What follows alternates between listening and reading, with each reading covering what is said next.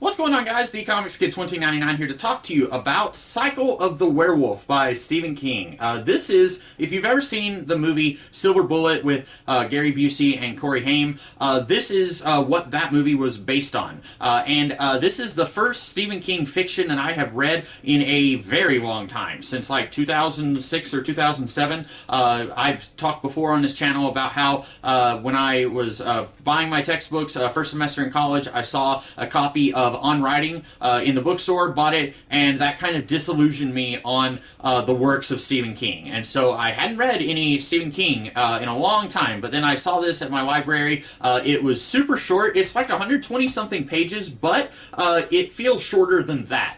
There are quite a few illustrations in here from comic book artist Bernie Wrightson, and also this is actually, instead of it being one cohesive story, it's 12 short stories all set in the same town that feature the same werewolf attacking each month under a full moon. So you get a short story for January, you get a short story for February, etc. And it still is very similar to the movie Silver Bullet, but what's different is the main character here, he doesn't get introduced until July. He's kind of upset that they have canceled the fireworks show for the 4th of July, and that's the first time we see him. Up until then, it's just the werewolf attacking different people in town. And I have talked about Silver Bullet before. Me and Connor Nielsen did a podcast on it a while back, and that movie is kind of not really great. It's a little bit of a mess. There's a lot of weird stuff in that movie that isn't in this book. For example, that movie tries to say, spoilers, but in both the book and the movie, the werewolf turns out to be the Reverend, played by Big Ed from Twin Peaks. I don't remember the actor's name or the character's name, but in the movie they try to say that the Reverend has control over the actions of the werewolf, and that he was only killing people that he saw as sinners. So there was the town drunk, and he thought, well, that guy, he is a drunk, and so he's a sinner. And then there were different people, and when you think about all the victims in the movie, really there's only like two who you could maybe say, if you stretch it a little bit, maybe it makes sense that this Reverend would see them as sinners and kill them. But then everybody else in town that he kills, it's like, wait a minute, why did he kill them? In the book, the Reverend doesn't even know that he's the werewolf until relatively late in the book. He will wake up and maybe his hands will be dirty and his clothes will be a little torn, but he doesn't know what's going on. And maybe he's in denial, maybe he's just really, he does know, but he's deeply suppressed it, but he doesn't know for sure what he's doing. And so he doesn't have control over who the wolf kills. And so already this is, in my opinion, an improvement on what the movie tried to do, where they tried to say that he knew what he was doing and he knew who he was killing and why, because that explanation didn't really fly. Here, he, at one point, the kid, he's outside after curfew, he's playing with fireworks, and then the wolf shows up out of nowhere, and then the kid lights some firecrackers and throws it in the wolf's face, and then the wolf loses an eye. In the movie, it's actually a rocket that gets lodged in the wolf's eye. I actually kind of like that better than it just being a bunch of little firecrackers. But then when the Reverend wakes up, all he knows is, oh, I don't have an eye anymore. And he doesn't even feel pain. He just sees he doesn't have an eye. And later he tells someone that he had a benign tumor that had to be removed. But it's relatively late in the book when the Reverend figures out that he is the werewolf, because he starts getting notes from the little boy saying, I know what you've done, why don't you leave town, or why don't you just kill yourself, different stuff like that. And that's when the Reverend figures out, oh, okay, I am the wolf that everybody is talking about in town. Also, in the movie, the sister, she has quite a bit more to do in investigating who is the werewolf. She goes around town collecting cans to sell, and then she's looking for somebody who is missing an eye. In the book, the sister, she's in a couple of chapters, but she is not a very major character. Instead, what happens is the boy, he goes trick-or-treating, and then he sees the Reverend, and then it clicks for him, oh, this guy's got an eye patch. He must be the wolf, because he knows that the wolf lost an eye. And he told the police, and the police didn't really listen to him. And then the main police investigator, he dies shortly thereafter. But the police have been told that the wolf lost an eye, but they don't really investigate that. And the reason that it took so long for the kid to find out, okay, this guy is the wolf, is because after he was attacked and survived in July 4th, he's sent to live with his aunt and uncle in another town, and then comes back when school starts, and then when he's trick-or-treating, he sees the Reverend, and the boy thinks to himself, well, I'm Catholic, and this guy is like Southern Baptist or whatever, and so we've never really had any interactions together. We're not in the same circles, so I didn't even know who this guy was. But in the movie, it makes it seem like the Reverend knows everybody in town, and when the girl goes to his church to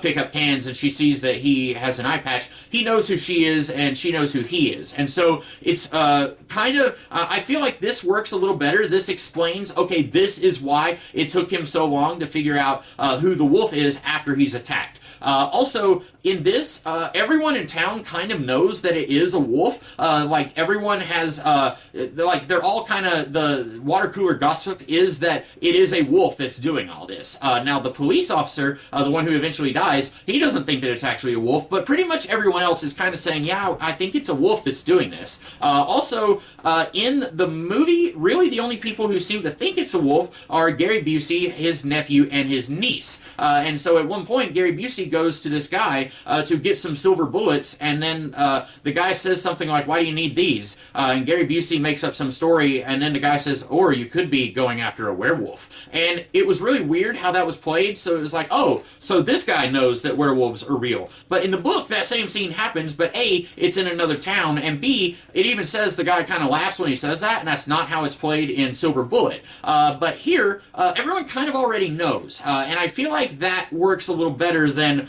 only this kid knows and his uncle and his sister. I don't know. That one may not have been a big deal. I feel like it works a little better. With a small town like this, people are going to talk. With your very first victim who is torn to pieces, people are going to say, this looks like an animal attack. And these tracks that are here in the snow, they don't look like any animal that we know of. So very quickly, rumors are going to circulate that this might actually be some creature that we've never seen before that's doing all this killing. Also, I'm trying to think, I feel like there is, the dream. So in the movie, the Reverend, he has a dream where he's preaching, and everyone in the congregation suddenly turns into a wolf. And then he wakes up in a cold sweat, and then it's like, oh, thank goodness it was just a dream. And I always thought that was a little weird because I just assumed because there's that other guy in the movie who says you could be going after a werewolf, wink, wink. I thought, oh, okay, the Reverend also knows that the wolf is real, and then his investigation is going to dovetail with the little kid. And then you find out later, oh, no, the Reverend is the werewolf. And because they don't do the thing where everyone in town knows that it's a wolf, it's especially odd that this Reverend has a dream where everyone in town turns into a werewolf.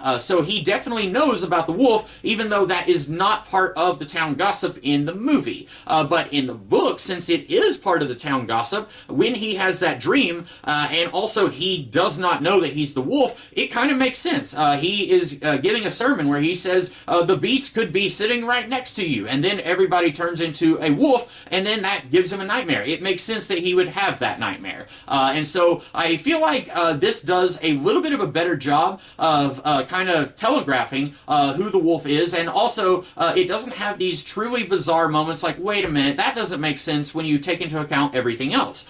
Very early on in February, the victim, she sees someone outside, and she says, oh, is that who I think it is? He's really handsome. I've always had a crush on him. And it doesn't say who it is, and then it turns out it's the wolf, and then the wolf attacks her and kills her. And then a couple of chapters later, there's somebody else who works in the Reverend's church as part of the choir, and she mentions that the only reason that she is part of the choir is because she has a crush on the Reverend. Now later on, there's another victim who describes, oh, this guy comes in. Again, it doesn't say who it is, but it's this customer who comes in, and this guy thinks about how he has a very average face. That doesn't really fly whenever you think about these two other women who think that the Reverend is really hot, but it does a little bit of a good job of trying to tell you, hey, it's the Reverend, look at these clues. So I do think that that works a little better. Overall, this is largely very similar to the movie Silver Bullet, but it has just a couple of things that are a little bit different that, in my opinion, make it work much, much better than Silver Bullet did.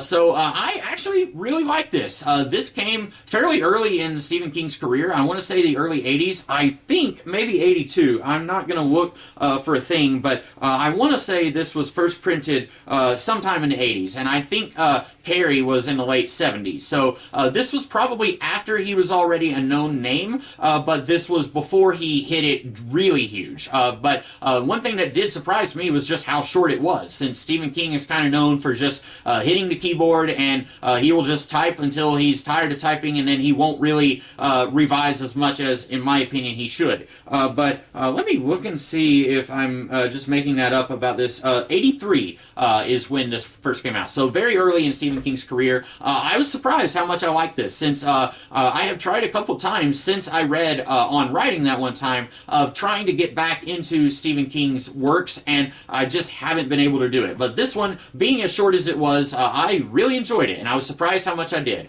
So that is all I have to say about Cycle of the Werewolf. I hope you guys like this video, and I will be back in the future with more videos. In the meantime, have a great rest of the day. Catch you later.